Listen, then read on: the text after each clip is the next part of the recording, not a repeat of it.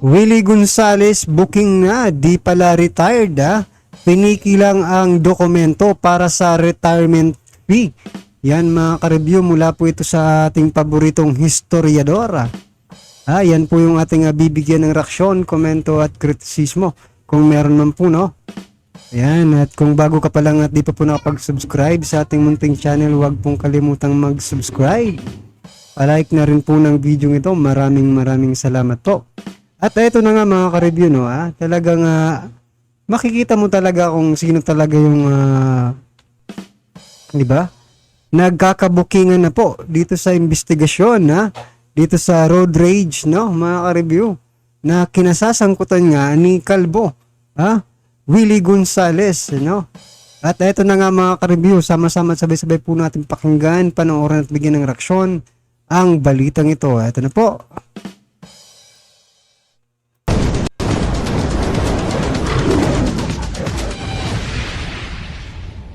So dapat ibalik niya yung pera. Mr. Gonzales is a retired PNP personnel or a dismissed PNP personnel? He was dismissed, sir. He was dismissed. Yes, sir. Nag-retire siya ng 2018, 16, sir. 2016. Yes, sir. He got his lump sum. Sir. Basically, General, ang sinasabi mo dito, so nabigay yung lump sum Yes, sir. na kanyang retirement, so dapat ibalik niya yung pera.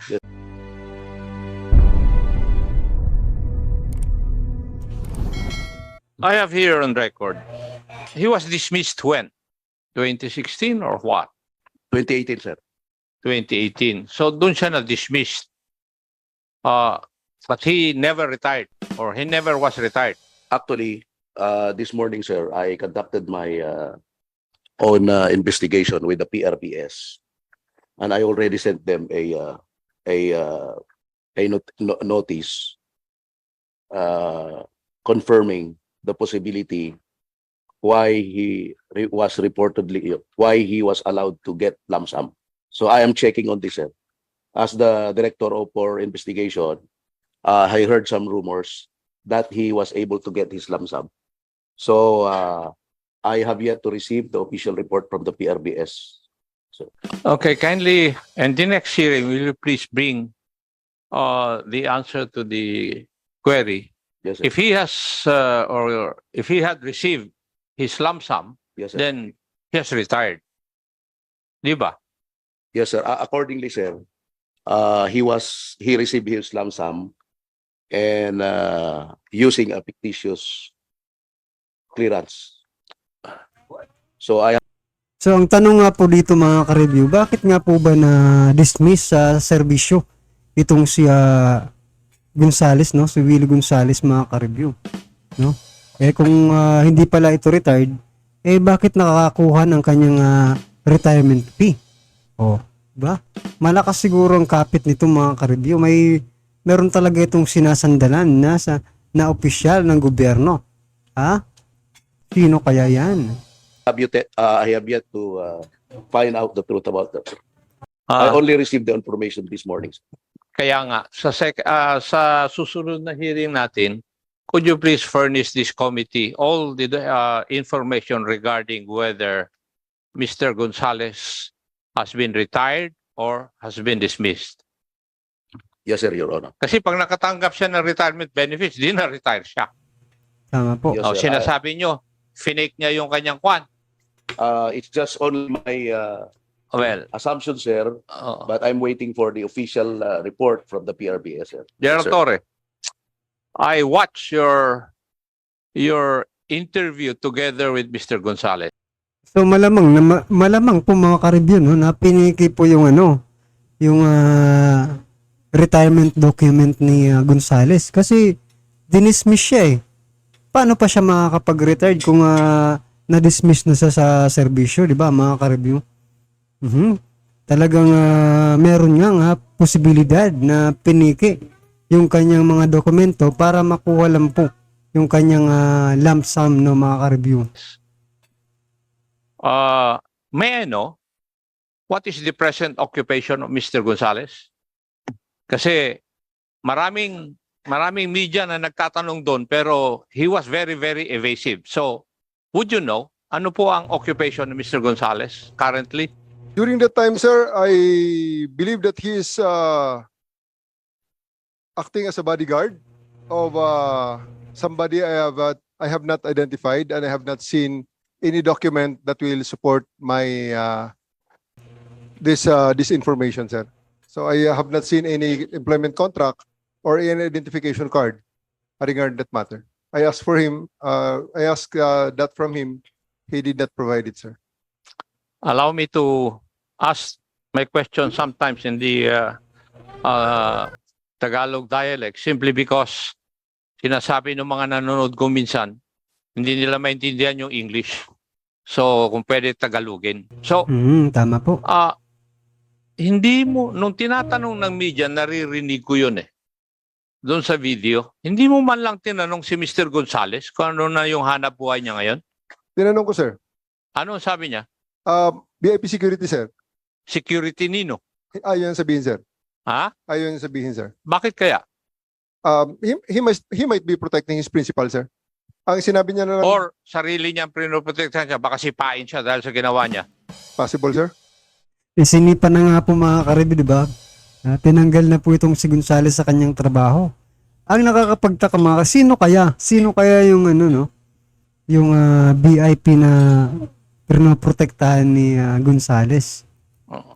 At saka itong VIP, talagang hindi muna nag-research kung ano ba talagang background ni Gonzales, mga ka-review eh. Biruin mo dismiss pala ito sa serbisyo. At hindi na promote. PO1, mga ka-review, hanggang sa ma-dismiss siya. O, ibig sabihin, may something yan. Eh kasi, nagtataka ako, bakit hindi nyo pwedeng patugain siya doon sa kanyang hanap buhay? When in fact, kayo ang nag-provide ng platform para mag-explain siya sa publiko, which caused you receiving flack from the people. Tama po, no? Yes, sir. Di ba? Kung titignan po natin yung sitwasyon, Mhm.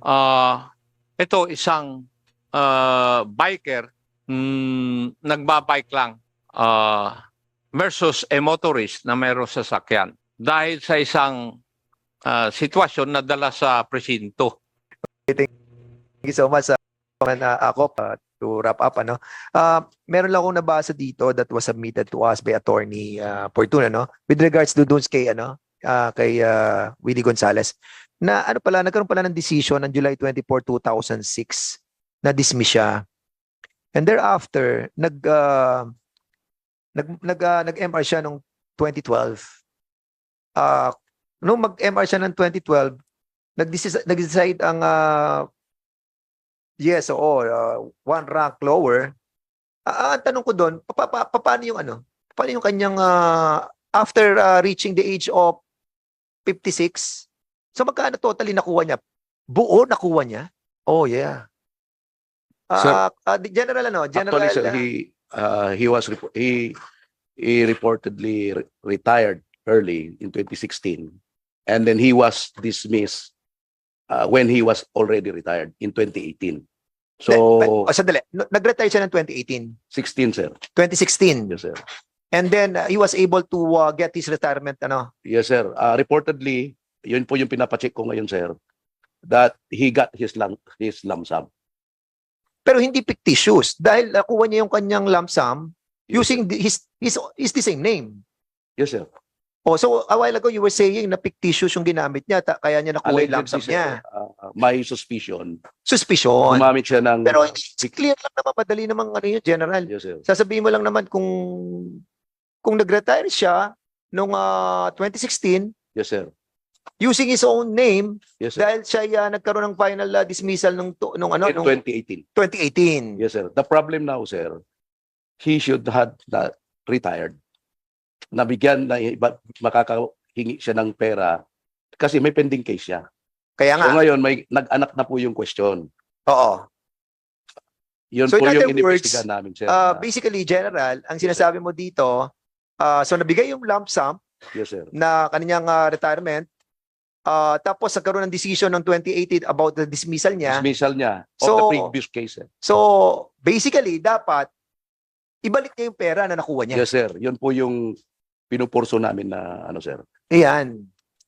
So dapat ibalik niya yung pera. Yes, sir. So nakita natin dito that well, kita-kita natin yung mga ginagawang kalokohan nung maswerte si Willie Gonzales dahil we only have like today our last hearing. Actually, kahapon lang kami nakapag-decide for a information hearing like this. Pero this will set a reminder to all our yung mga citizenry natin that wanted to commit a yung mga may mga criminal minds, no? Ang taong bayan nakatutok po sa inyo. Nakatutok ang ating mga netizen and even our mga hindi naman vlogger lahat yan eh. Kumbaga, nagkataon lang nakita lang nila yung crime eh. Kinunan nila eh. Ito nga in a while Congressman Bosita will be showing again gana naman road rage na naman yan, altercation. Actually, ang nakikita lang natin is one of those thousands, no, na mga crimes that were committed by those people Tama po. na alam natin may mga ganitong klaseng pag-iisip. Mhm. And we are reminding them, no, sayang at kakaunti lamang tayong nag-iimbestiga dito, kakaunti lamang yung rooms natin kung we are being given a lot of opportunity and a lot of times para makapag-conduct tayo ng hearing. Tama po yung sinasabi ni, ni Congressman Dan, no, mga ka-review na itong may mga criminal minds, no? Criminal minds na gumagala sa kalsada. Mas malala pa ito si Gonzales, mga ka-review, kasi 'di ba? Naging pulis po siya. So ngayon, mga ka-review, na ano ko po, na iisip ko po, no, so kung ganun, wala palang pinagkaiba ang mga kriminal sa mga pulis, 'di ba? Parehas lang po silang may criminal thinking, di ba, mga ka-review? Magkaiba lang po may tsapa po at authority itong mga kapulisan. O siguro akala po niya, no, ni Gonzales na pulis pa rin ako ngayon, di ba? Kaya gagawin ko ito, di ba? Sa palagay niyo po ba, mga ka-review? Parehas lang po ba ang pulis at mga kriminal? In terms of criminal thinking, yung sinasabi ni Kong Dan, Iisa-isahin po natin yan, but we know that we cannot. So before we proceed with Congressman Bosita, last 15 minutes. At saka sa dami po ng mga nasasangkot na pulis ngayon, no, talagang masasabi natin na, 'di ba? Yung mga illegal nilang ginagawa, wala nang pagkakaiba dun sa mga kriminal, yung mga ka-review Mas maigi pa nga sila, lantaran yung ginagawa nila, yung mga kriminal ipatago pa. O, 'di ba? Ganun talaga, mga ka-review. Marami ng abusadong kapulisan ngayon. Bawat investigasyon sa Senado at Kongreso, may sangkot na pulis, di ba, mga ka-review? Nako talaga, nakakabahala na po ito. The chair would like to acknowledge the presence of Congressman George Bustos. Sir, Congressman Bosita, you are recognized. Your name, please. Police Lieutenant Colonel Jake Barila po, sir. Thank you. Sino po ang nagdala kay Mr. Gonzales o kay Alan Panjola sa istasyon po ninyo? Sila Patrolman Murillo po, sir. Patrolman Murillo. Murillo. Yung crew po ng aming mobile patrol. So sila ang nandun dun sa incident area. Bali sila na po, sir, Your Honor, yung kumuha dun sa both parties sa traffic sector 4 po. I beg your pardon, could you please repeat your answer?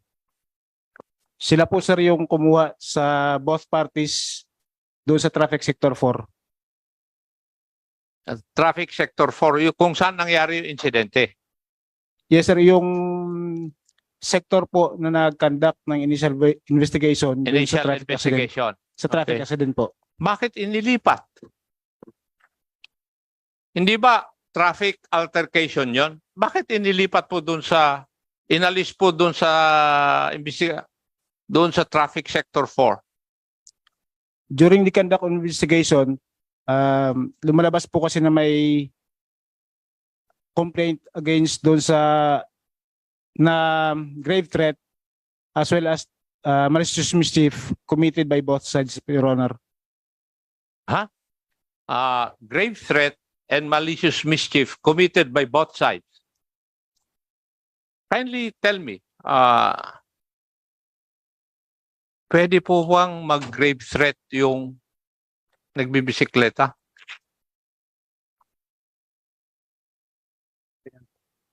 At walang armas? On the part of Hindi. Sagutin mo muna ako, pwede bang mag-grave? Sabi mo kung po pwede. I will take your answer. Mhm. on the part of cyclist, Your Honor, Yes. wala, Pwede ba siyang mag-commit ng grave threat? Ano ba itong pulis na ito? Nakikinig ba sa tinatanong ni, ano, ni Congressman? Parang, di ba? Parang hindi yata ito nakikinig mga karibyo, pinuulit pa. Kasi sinabi mo, both parties eh. wala po, Your Honor. Bali yung grave threat po, doon sa side nung cyclist against kay Mr. Gonzales. Ah, Tapos yung malicious mischief naman is complaint ni Mr. Gonzales against doon sa cyclist. so, when the case was turned over to your station, alam na kung sino ang may diferensya doon sa traffic altercation. Yes, Your Honor. Sino po ang may diferensya? Kung alam na ninyo before na turn over dyan sa inyong stasyon. Sige nga. Based dun sa statement na binigay nung cyclist, inanim po niya sa statement niya na tinapik niya yung kotse nung Mr. Gonzales. Masama po ba yun?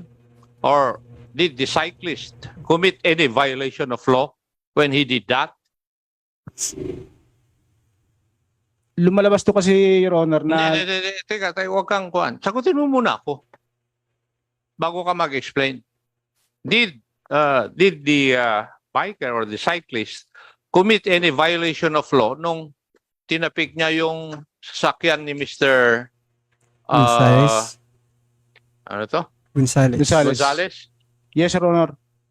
Ha? Yes. Na he committed a crime? Did he commit any violation of law? Yes, sir. Yes. And what crime is that? Pwede po siya magiging unjust vexation. Alin? Unjust vexation po. Unjust Eh, vexation. Wala naman ako narinig sa iyo na crime kanina na unjust vexation eh. Sabi mo, grave threat at saka malicious mischief. Naging malicious mischief po dahil po yung sasakyan nag-incur po ng dent doon sa malapit na sa may bubong niya, Your Honor. Sa bubong, Yo po. doon sa pagtap ng kwan, doon sa bubong, it caused a dent. Yes, Your Honor. Hindi, ang lakas pala ng siklista.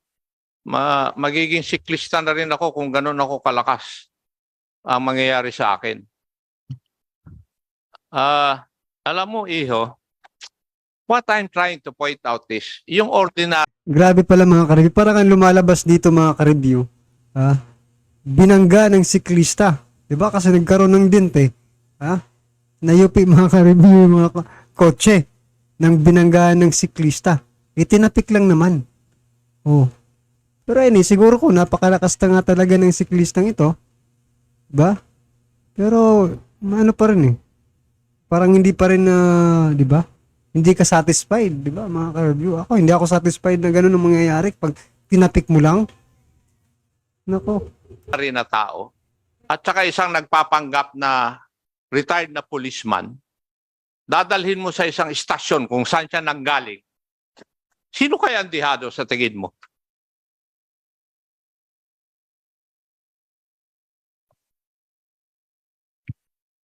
Yun ang gusto ko ipakita sa inyo eh. Na isang tao, sinasabi na retired policeman siya, or whatever dismissed policeman, at galing sa inyong organisasyon, dinala sa isang istasyon na may kakilala sa mga istasyon na yan, kayo na rin na nagsabi nun, ano kaya ang mangyayari? Tingin mo?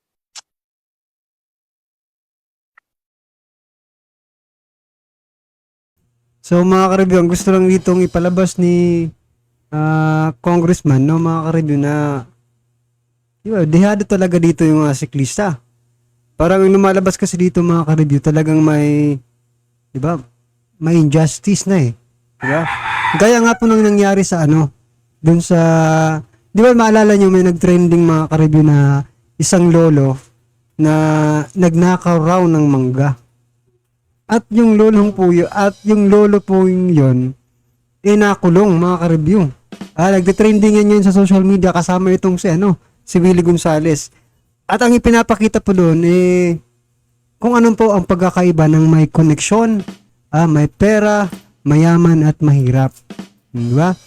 Ibig sabihin, dahil mahirap po itong siklistang ito, walang kalaban-laban kahit, diba? Kahit siya na po yung nasaktan or, diba, sinaktan nga talaga, o binatukan at kinasahan pa ng baril, no? Makikipag-areglo na lang. Siyempre, diba? Ikaw ba naman, nandiyan ka sa lugar, diba? Retired police daw ito mga ka-review. Kaya wala talagang magagawa ang mga tulad natin, no, mga ka-review. Pagdating sa mga ganitong bagay, lalo na pag may mga connection yung mga kalaban mo, diba? Sa totoong buhay talaga pong nangyayari yan. Baka iniisip ng iba na, diba, ang batas ay pantay-pantay. Nako po, dito na natin mapapatunayan na ang batas ay para lang po sa iilan, no, mga ka-review. Sino po ba ang naniniwala dyan? Sa sinasabi kong ang batas ay para lang sa iilan. Yung mga nakakaluwag-luwag at yung may pera sa buhay, di ba? Kung ikaw naman ay di ba? Isang dukha at ikaw ay nagkamali, parang wala ka ng karapatan na ipagtanggol ang iyong sarili, di ba? At ilalagay ka na lang nila sa kulungan, di ba, mga ka-review? Well, anyway, mga ka-review, nasibak na pulis, Willie Gonzales, pineke ang dokumento para makuha ang lump sum. At yan na nga pong pinag-uusapan dito, kung pwede bang kunin yung nakuha niyang pera. Kasi na-dismiss naman pala ito. At may kaso pa. Yan tuloy, nauungkat na tuloy yung baho mo, Willie Gonzales Calvo. Ano mga ka-review, ano po ang inyong reaction dyan, Dapat po bang kunin natin ng bayan? Dapat po bang kunin ng bayan ang nakuhang pera ni Gonzales sa kanyang pag-retire na peke naman pala? I-comment nyo na po sa baba para at least alam po ng ating mga kababayan ang inyong reaksyon sa balitang ito, mga ka-review, right? Alright, mga ka-review, kung bago ka pa lang at di pa po nakapag-subscribe, please don't forget to subscribe at palike na rin po ng video ito, reaction video ito, mga ka-review. Maraming salamat po.